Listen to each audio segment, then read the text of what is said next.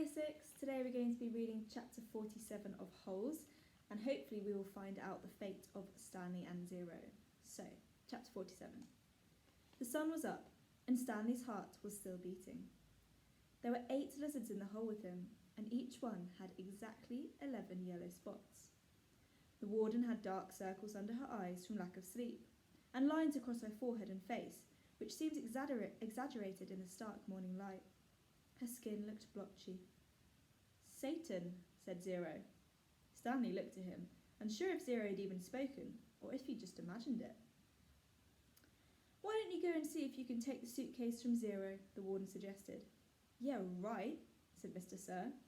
"The lizards obviously aren't hungry," said the warden. "Then you go get the suitcase," said Mr. Sir. They waited. "Satan Lee," said Zero. Sometime later, Stanley saw a tarantula crawl across the dirt, not too far from his hole. He'd never seen a tarantula before, but there was no doubt what it was. He was momentarily fascinated by it, as its big hairy body moved slowly and steadily along. "Look, a tarantula," said Mr. Sir, also fascinated. "I've never seen one," said the warden, "except in—" Stanley suddenly felt a sharp sting on the side of his neck. The lizard hadn't bitten him, however. It was merely just pushing off. It leapt off Stanley's neck and pounced on the tarantula. The last Stanley saw of it was one hairy leg sticking out of the lizard's mouth. "Not hungry, huh?" said Mr. Sir. Stanley tried to return to the snow, but it was harder to get there when the sun was up. As the sun rose, the lizards moved lower in the hole, keeping mainly in the shade. They were no longer on his head and shoulders, but had moved down to his stomach, legs, and feet. He couldn't see any lizards on Zero, but believed there were 2, between Zero's knees, shaded from the sun by the suitcase. "How are you doing?" Stanley asked quietly. He didn't whisper, but his voice was dry and raspy. "My legs are numb," said Zero. "I'm going to try and climb out of the hole," said Stanley. As he tried to pull himself up, using just his arms, he felt a claw dig into his ankle. He gently eased himself back down. "Is your last name your first name backward?" Zero asked. Stanley stared at him in amazement. Had he been working on that all night? He heard the sound of approaching cars. Mr. Sir and the warden heard it as well. "You think it's them?" asked the warden.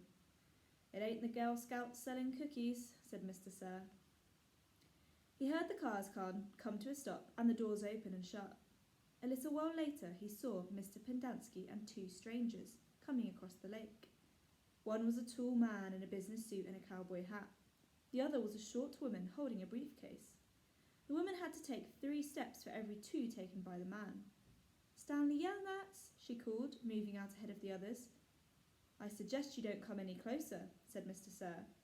"You can't stop me," she snapped, and then took a second glance at him, wearing pyjama pants and nothing else. "We'll get you out of there, Stanley," she said. "Don't you worry." She appeared to be Hispanic with straight black hair and dark eyes. She spoke with a little bit of a Mexican accent, trailing her R's. "What in tarnation?" the man exclaimed as he came up behind her. She turned on him.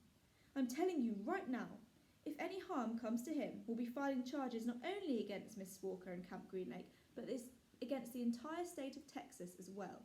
Child abuse, false imprisonment, torture." The man was more than a head taller than she, and was able to look directly over her as she spoke to the warden. "How long have they been in there?" "All night, as you can see by the way we're dressed. They snuck into my cabin whilst I was asleep and stole my suitcase. I chased after them, and they ran out here and fell into the lizard's nest. I don't know what they were thinking." "That's not true," Stanley said. "Stanley, as your attorney, I advise you not to say anything," said the woman, "until you and I have had a chance to talk in private." Stanley wondered why the woman lied about the suitcase, why the warden lied about the suitcase. He wondered who it legally belonged to. There was one thing he wanted to ask his lawyer, if she really was his lawyer. "It's a miracle they're still alive," said the tall man. "Yes, it is," the warden agreed, with just a trace of disappointment in her voice. "And they'd better come out of this alive," Stanley's lawyer warned. "This wouldn't have happened if you'd released him to me yesterday." "It wouldn't have happened if he wasn't a thief," said the warden. I told him he'd be set free today, and I guess he decided he'd try to take some of my valuables with him. He's been delirious for the last week." "Why didn't you release him when she came to you yesterday?" the tall man asked. "She didn't have proper authorization," said the warden. "I had a court order." "It was not authenticated," the warden said.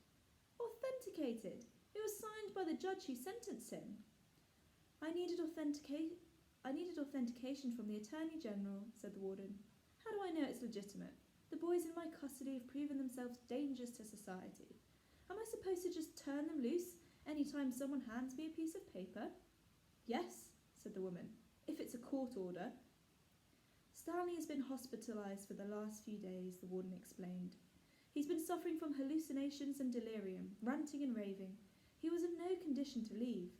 The fact that he was trying to steal from me on the day of his relief proves—" Stanley tried to climb out of his hole, using mostly his arms so as not to disturb the lizards too much. As he pulled himself upward, the lizards moved downward, keeping out of the sun's direct rays. He swung his legs up and over, and the last of the lizards hopped off. "Thank God!" exclaimed the warden.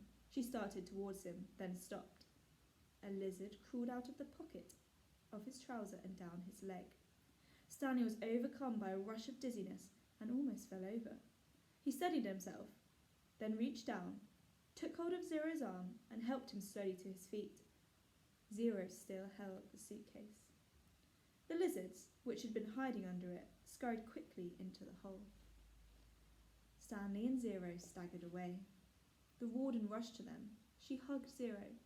"Thank God you're alive," she said, and she tried to take the suitcase from him.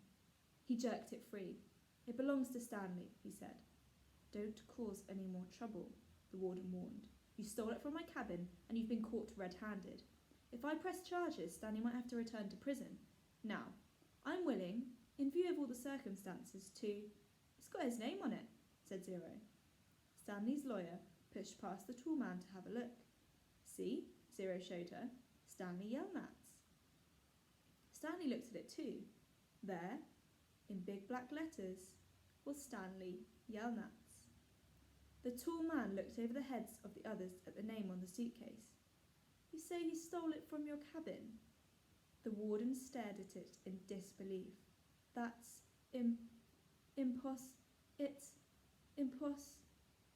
She couldn't even say it.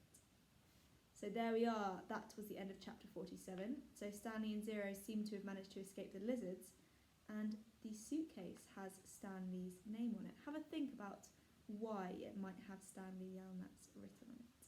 And tomorrow we will read chapter 48.